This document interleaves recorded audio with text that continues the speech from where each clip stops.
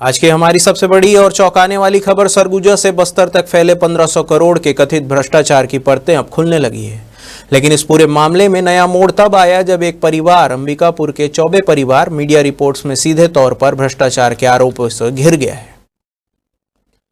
सरगुजा से लेकर बस्तर तक आदिम जाति कल्याण विभाग सहित कई विभागों में सप्लाई में हुए भ्रष्टाचार के आरोप ने पूरे छत्तीसगढ़ में हलचल मचा दी है। लेकिन अब दस्तावेज और रिकॉर्ड कुछ और ही कहानी कह रहे हैं। क्या मीडिया रिपोर्ट्स में जो कुछ कहा गया वह पूरी सच्चाई है या फिर किसी को साजिश के तहत फंसाया जा रहा है?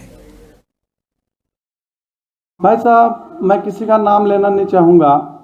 मुझे मीडिया वालों के द्वारा ही लिंक के माध्यम से ये पता चला कि हमारे छोटे भाई नीरज चौबे को 1500 करोड़ का घोटालेबाज माना जा रहा है। मैं जितना जानता हूँ, मैं समृद्धि इंटरप्राइजेज चलाता हूँ, जिसका आपके सामने जीएसटी सर्टिफिकेट दिख रहा है। यह सर्टिफिकेट जब से बना तब से हमने सप्लाई का काम शुरू किया।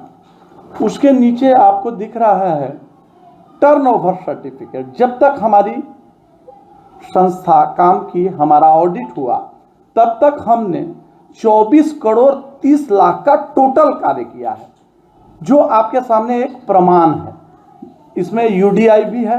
आप गवर्नमेंट के पोर्टल से भी ये चीज़ को सर्च कर सकते हैं। मैं इन आरोपों को लेकर के एक ही चीज़ आप लोगों से बोलना चाहूँगा कि मैं सपने में भी नहीं सोचा हूँ कि मेरे ऊपर इस तरह के गंभीर आरोप लगेंगे। और मैं 1500 करोड़ का काम करना तो दूर, मैं 1500 करोड़ का कार्य करने के बारे में सोचा भी नहीं हूँ। मेरे ऊपर आरोप लगाया गया कि मैं मास्टरमाइंड हूँ, 8 संस्थाएं चलाता हूँ, जबकि सत्यता यह है कि हमारी सिर्फ 2 संस्थाएं हैं। जो एक मेरी पत्नी के नाम पर पंजीबद्ध है, Ultra Sales and Service Private Limited, और जो एक मेरे फादर और मेरे नाम पर पंजीकृत है, यूनिक सेल्स एंड सर्विस। मैं जिस दिनांक से अल्ट्रा सेल्स एंड सर्विस खुला, उसका जीएसटी जिस दिनांक से आया है, उस दिनांक से आज दिनांक तक अल्ट्रा सेल्स एंड सर्विस का कुल जो है टर्नओवर, जिस दिनांक से ये संस्था ओपन हुआ उस दिनांक से आज तक का कुल टर्नओवर जो है, इसका 24 करोड़ 22 लाख रुपया है।